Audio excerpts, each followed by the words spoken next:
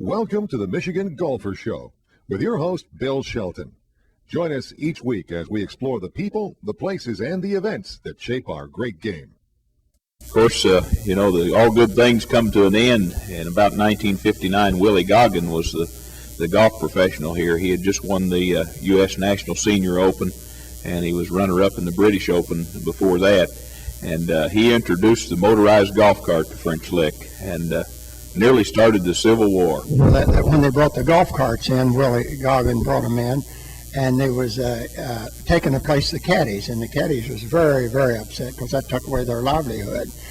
But anyway, I was putting them together there in the basement of the hotel down where the bowling alley used to be, and they was all gasoline engine, but they was put on plywood, and I'd put them together and send them out. I don't think any of them ever made 3 or 4 holes because the gasoline engine would vibrate the boats through the plywood, and so we spent all of our time pulling them in. They didn't ever go very far, and they didn't do any good after they finally went into electric and started doing it. But back then it was a fellow that I started working with here was an old caddy, as I said before, and he told the story about the Caddies Revolt. He said it was nothing to find 3 or 4 golf carts in the river in the mornings when you came to work. And there's some wooden bridges on the Valley Golf Course there, and the caddies would at night go out there with spike nails or long nails and drive up through the wooden boards in the bridge, and the carts would run over them. Of course, it'd flatten all the tires, and they said that the service station across the street, the guy made $1 million just repairing flat tires on golf carts.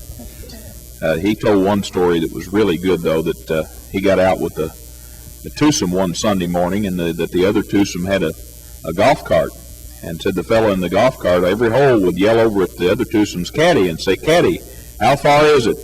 And he'd tell him, and said the longer it went, the worse it got, and said they finally got to the 4th hole, and said the guy in the cart yelled over and said, "Caddy," said, "what club do I use?" And the caddy yelled back and said, "Why don't you ask that golf cart?" I don't think anybody touched on. The local people couldn't go in.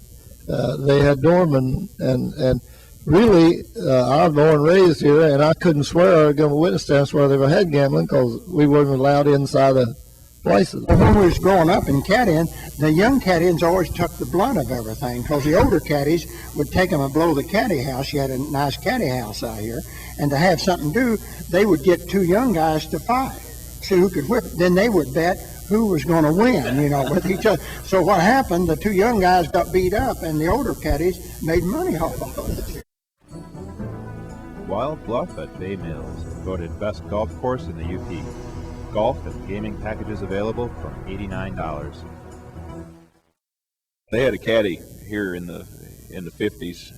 They called him One-Arm Jack. I don't know what his real name was, but he had one good arm, and he had one arm that was off just below the shoulder, but he was still able to carry double because he'd hold his left side up and hang on to the bag. And I had a fellow tell me that he was on the 13th tee one morning, and he looked over at the 5th hole, which is a hole, a little par 3 that sets up on a high hill, and they said that One-Arm Jack had been drunk, they thought, and fell from number 5 green, and said he fell from number 5 all the way down to the tee, which is about 100 and some yards away, but he never let go of the golf bags. He still had both bags when he got to the bottom.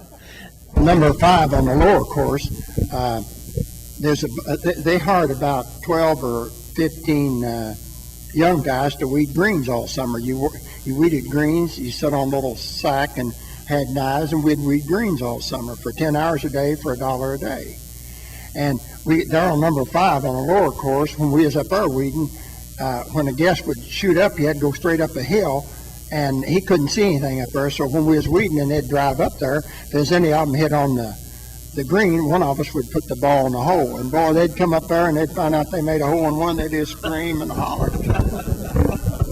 My father was told me about this, and Everett Allen was caddying over to West Baden Hotel, and they was up on the top of the hill there at the 9-hole course on the hill, and it was coming up on number 4, I think it was, and it was real steep there, and he come up and around by the sand trap, and when he got out to the green, the bag took him and he fell over in the sand trap, and the guest man run over and hollered, "Caddy, are you hurt? Are you hurt?" And he said, "Yeah, I broke my leg."